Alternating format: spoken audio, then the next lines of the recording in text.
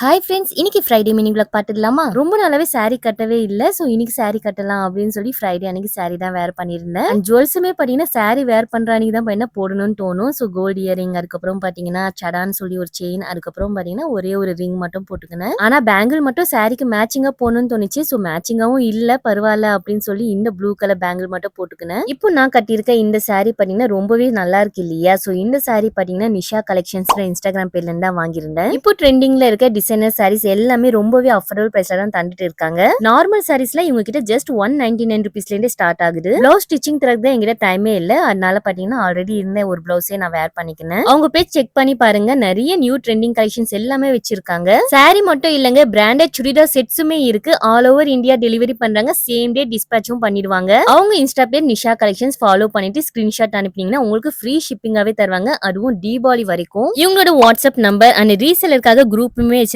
Group link Insta ஸ்டோரியில தரேன், join பண்ணிக்கோங்க. பாய்.